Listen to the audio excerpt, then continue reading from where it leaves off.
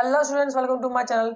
आज के वीडियो में फिर से आप लोगों का स्वागत है। पिछली वीडियो में मैंने बताया थी एक छोटी सी ट्रिक कि हम कैसे नंबर ऑफ इमेजेस निकाल सकते हैं सिर्फ 1 मिनट के अंदर अंदर। अगर आपने मेरी वो वीडियो नहीं देखी है तो जाइए और प्लीज उस वीडियो को देखिए, आई बटन पे मैंने लिंक दे दिया है। आज हम बात करेंगे एंगल ऑफ डेविएशन के ऊपर, यानी कि विचलन कोण के ऊपर।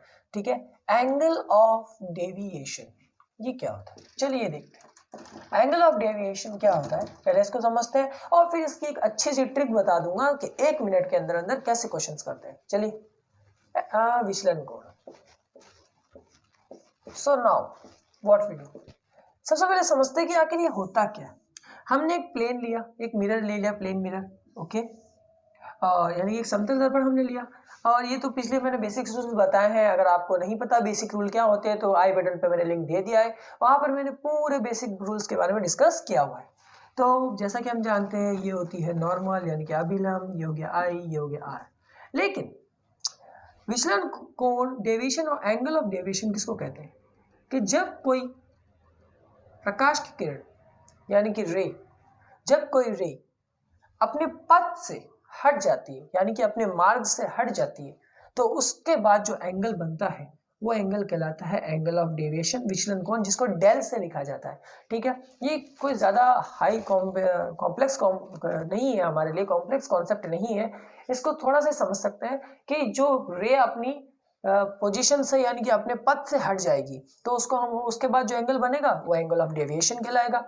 अब इसको निकालने की ट्रिक क्या है, जब हमारे पास सिर्फ एक ही प्लेन मिरर हो, सिर्फ एक समतल दर्पण, ओनली वन प्लेन मिरर, सिर्फ एक ही हो और उसके ऊपर रिफ्लेक्शन का हो रहा और हाँ हमसे पूछा है एंगल ऑफ डेविएशन, तो कैसे निकालेंगे। तो हम यहाँ पे लगेंगे theta equals to, sorry del equals to 180 minus 2i। Okay, ये 2i, आई का मतलब जो इंसिडेंट एंगल होगा वही हम लेकर क्या निकालेंगे, हमारा तो विचलन कोण, एंगल ऑफ डेविएशन निकालेंगे। ठीक है, क्योंकि जो एक प्लेन मिरर के ऊपर एंगल ऑफ डेविएशन होता है वो आई के अकॉर्डिंग बनता है, यानी इंसिडेंट रे जहां से आ रही थी उसके अकॉर्डिंग बनता है। और जैसा कि हम जानते हैं कि जो मैंने लॉ बताए थे, दो लॉ ऑफ रिफ्लेक्शन, उसके हिसाब से angle of I and angle of R are equal. Okay, they both are equal to each other. ये मैंने लॉ ऑफ रिफ्लेक्शन में पिछले वीडियो के अंदर बता दिया है। अगर आपको नहीं पता तो आप इसे आई बटन पे जाकर देख सकते हैं।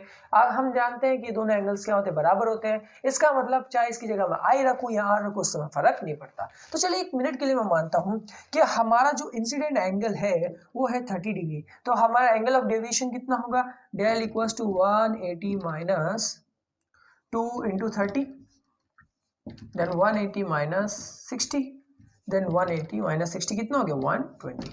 मतलब हमारा एंगल ऑफ डेविएशन कितना निकला, 120। ये तो था सिर्फ एक प्लेन मिरर के लिए। लेकिन अगर मिरर दो दे दे, जैसे कि पिछली वीडियो के अंदर हमने नंबर ऑफ इमेजेस निकाले थे बिटवीन 2 मिरर्स, तो अगर ऐसे ही हमारे पास 2 मिरर्स दे दे और वहां हमसे पूछे निकालो भाई angle of deviation, then what we do.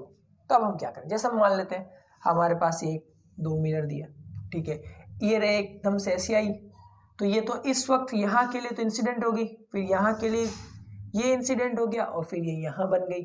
मतलब ये रे जब इस मिरर पे आई तो इस मिरर के लिए ये रे क्या है, इंसिडेंट रे, और इस मिरर के लिए ये रे क्या है, रिफ्लेक्टिव रे। लेकिन इस मिरर के लिए ये रे क्या है, इंसिडेंट, और ये क्या है, रिफ्लेक्टिव। इसका मतलब इनके एंगल्स कुछ इस तरीके से बनेंगे, ये आई, ये आर, ये आई, ये आर। ठीक है, ये दो हो गए, 2 मिरर हमारे पास हो गए, ए और बी।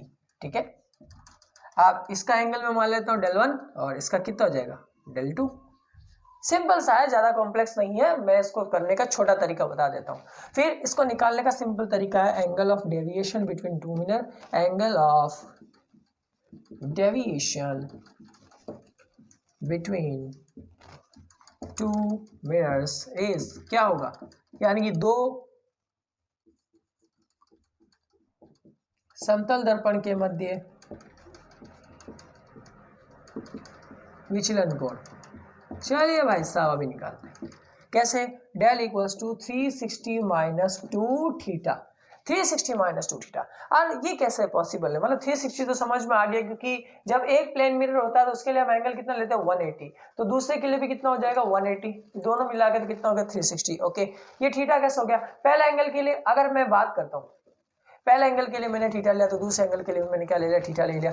ठीक है, तो हम आराम से निकाल सकते हैं। कैसे, जरा मैं इसको निकाल कर आपको सॉल्व करके दिखा देता हूँ। मान लीजिए मैंने सिर्फ ये एक मिरर लिया, तो उसके लिए मैंने मान लिया del 1, del 1 के लिए कितना होगा 180 माइनस 2 आयोटा। दूसरे के लिए मैंने क्या लिया del 2, 180 माइनस 2 आयोटा। यहाँ पर भी तो इसमें मैं फिर आयोटा ना मानकर इनको अल्फा और इनको बीटा मान लेता हूँ, क्योंकि दोनों में तो फिर इंसिडेंट रे चेंज हो रही है इसलिए। ओके, तो मैंने इनको ये माना। अब इन दोनों को मैंने जोड़ दिया, del 1 प्लस del 2, दोनों को जोड़ा तो 180 minus 2 alpha plus 180 minus 2 beta. 180 180 360, इसमें से मैं 2 कॉमन लेता हूँ तो पीछे बचता है अल्फा प्लस बीटा। इस अल्फा प्लस बीटा को मैं थीटा के इक्वल्स मान लेता हूँ, तो हमारे पास लास्ट क्या बचेगा 360 माइनस 2 थीटा। ये गजब का कॉन्सेप्ट है भाई साहब, मतलब हमने क्या किया, इस इंसिडेंट रे वाले एंगल को हमने क्या मान लिया अल्फा और इसको क्या मान लिया बीटा, दोनों को जोड़ा तो हमारा काम, क्योंकि दोनों मिरर कनेक्टिव है ना। मतलब ये कब हुआ, ये del 1 del 2 कब हुआ, ये कब हुआ जब हमने दो मिरर्स को ऐसा से एक एंगल पे कनेक्ट कर दिया है, तब जाके बना। जब ये दो मिरर आपस में कनेक्ट हो गए मतलब ऐड हो गए तो हमने इन दोनों के एंगल्स को, जो एंगल ऑफ डेविएशन है उनको जोड़ दिया। जोड़ने के बाद एक नया फॉर्मूला हमने बना लिया। इतना इजी तरीका है इसको सॉल्व करने का। देखना आप हम कैसे क्वेश्चन सॉल्व करते हैं। तो सपोज करते हैं एक एंगल, दो मिरर्स झुके हुए हैं 60 डिग्री के एंगल्स पे, then del equals to 360 minus 2 into 60 कितना हो गया 120 एंड 360 माइनस 120, देन हमारे पास आंसर कितना आएगा, यहाँ लिख देते हैं 240 डिग्री। इतना easy concept angle of deviation का, और इतनी जबरदस्त ट्रिक 1 मिनट के अंदर क्वेश्चन भी सॉल्व हो जाए। तो आई होप सो आपको ये वीडियो बहुत ज्यादा अच्छी लगी होगी। नेक्स्ट वीडियो के अंदर मैं लेके आने वाला हूँ अमेजिंग थिंग कि कैसे हम इतने से मिरर में अपना पूरा रिफ्लेक्शन देख सकते हैं बहुत आसानी से। ठीक है, नेक्स्ट वीडियो में देखेंगे। और हाँ, मिलते हैं हमारे नेक्स्ट वीडियो में, और प्लीज सब्सक्राइब जरूर कर लीजिए मेरे चैनल को। और अगर आपको वीडियो पसंद आई तो शेयर जरूर करिए, तो क्योंकि जेई के अंदर ये क्वेश्चंस आने वाले हैं और आपको इतनी छोटी ट्रिक्स किसी वीडियो में नहीं मिलेगी। तो आई होप सो आपको वीडियो अच्छी लगी है। Subscribe, share and like this video. Thank you, मिलते हैं हमारी नेक्स्ट वीडियो में।